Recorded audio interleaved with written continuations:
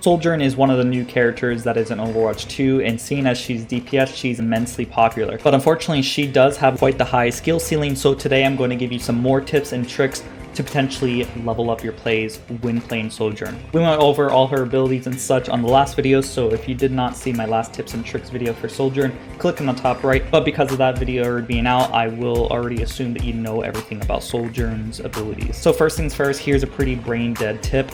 If you want to succeed with Sojourn very easily in a lot of team fights, is to stay at range at all times. She does not favor close-up combat at all. Most of the time she wants to be at range because she has no damage fall off.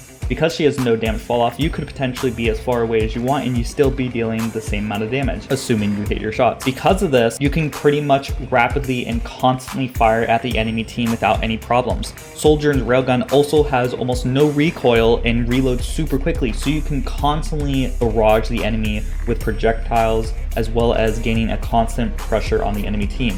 Overwatch 2 doesn't have as many shields as Overwatch 1, so you can really pressure the enemies very easily with Sojourn by doing this. There's no point not to, especially considering the fact as you shoot at the enemy team, you're probably going to get your charge to build up pretty quickly. Because of you now being at near max charge, you want to take your time when using your charge ability to aim for damage or support heroes. Support and damage heroes are important picks in Overwatch.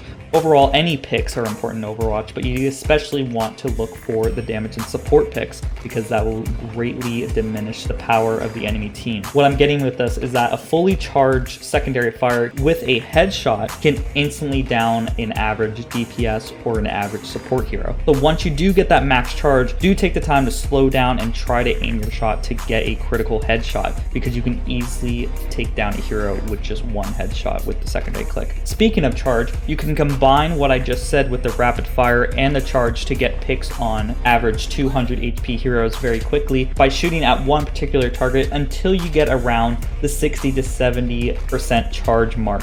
Once you are there, assuming you hit all your shots, you can right click and instantly down the average 200 HP hero. This of course can get you a valuable pick. Once again, we already talked about how valuable picks are, so I won't go and rehash that. Of course, because of the fact that you want to stay distant, it is okay to use power slide to move backwards. During power slide, you can shoot and use secondary fire and everything that you have in your kit. So if you feel like the enemies are engaging and pushing too far forward, you can move backwards while still shooting and pressuring the enemy team. So keep that in mind. Sojourn is a very hard character to play. If you don't have good aim, you won't succeed with Sojourn. So take it slow, be patient. Don't expect to be amazing with the character right away and just practice. And you're gonna wanna practice because Sojourn has, once again, as I said before, not a hit scan projectile, but instead just regular projectiles. Because of this, it takes some time to travel to the enemy for bullets, which means that you gotta take into consideration their movements. So if you see an enemy moving to the right,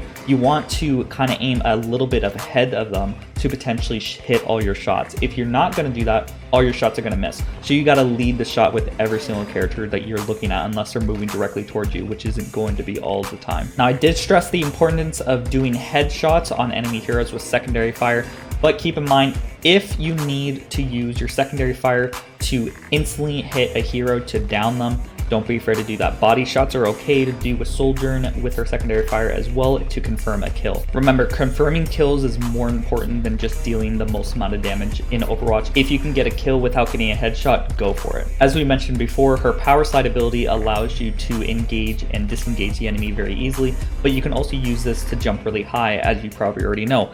Because of this, you can use this against heroes such as Reinhardt when they have their shield up to potentially deal some damage in the enemy backline to potentially get a support kill. Don't be afraid to use your power slide to get to other terrain to allow you to deal more damage, but when doing this, make sure you're not diving into the enemy team and immediately dying. It's very common with a lot of Sojourns I've seen to dive into the enemy team with your power slide and just immediately die because you don't have any abilities that favor close-up combat. So use this tip to potentially get a aerial view of the enemy team to take out backline, but don't use it to potentially get yourself killed by diving into the enemy team at the same time. All DPS characters in Overwatch 2 has the perk of running faster and reloading faster after getting elimination. So if you actually do use Power Slide to get a risky elimination, you could potentially use that increased movement speed to run back. But take that with a grain of salt. If you do this the wrong way, you will die very easily. For Power Slide, of course, with the increased burst of movement, you could dodge enemy attacks. So if you're getting dived, you could panic Power Slide if you need to